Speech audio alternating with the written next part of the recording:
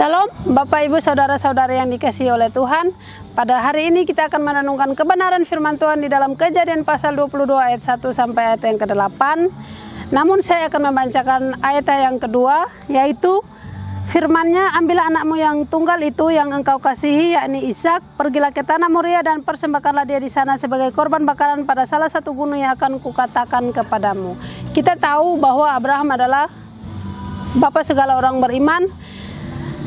Dan kita tahu bahwa dia adalah salah satu tokoh yang sangat terkenal, di mana dalam perjalanan hidupnya ia mendapatkan anak dari Sarah yang sebelumnya mandul.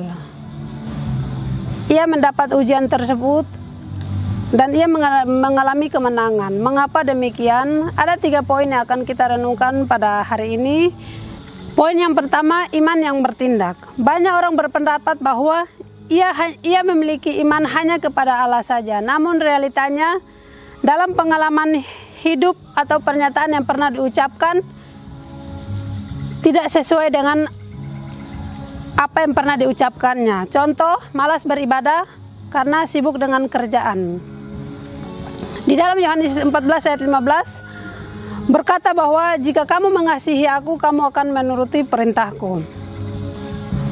Hal ini berbeda dengan prinsip Abraham. Ia tidak hanya percaya kepada Allah saja, tetapi ia sangat mengasihi Allah. Dan ia sungguh-sungguh mengasihi dan taat kepada Allah dan melakukan firman-Nya.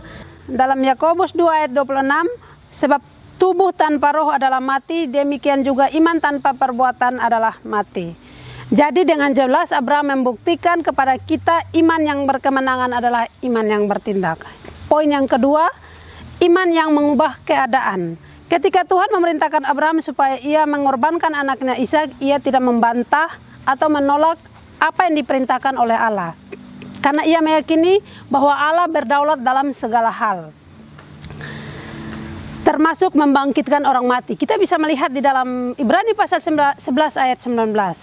Karena telah terbukti apa yang ia imani, itulah yang Allah sediakan, yaitu domba sebagai pengganti Ishak. Melalui peristiwa ini terbukti bahwa imannya mengubah keadaan. Poin yang ketiga, iman yang membawa sukacita. Karena Abraham telah menunjukkan tindakan imannya, Allah memberikan berkat-Nya kepada Abraham dan keturunannya. Kita bisa melihat di dalam ayat 16 sampai 18. Abraham bersukacita atas imannya, sebab bukan hanya Ishak tidak jadi dipersembahkan sebagai korban, tetapi ia pun menerima berkat dan janji daripada Allah. Aplikasinya, Abraham memiliki tindakan iman yang mampu mengubah keadaan sukacita. Kuncinya, sungguh-sungguh mengasihi Tuhan dengan setulus hati dan taat melakukan segala firman-Nya. Amin untuk firman Tuhan. Tuhan Yesus memberkati.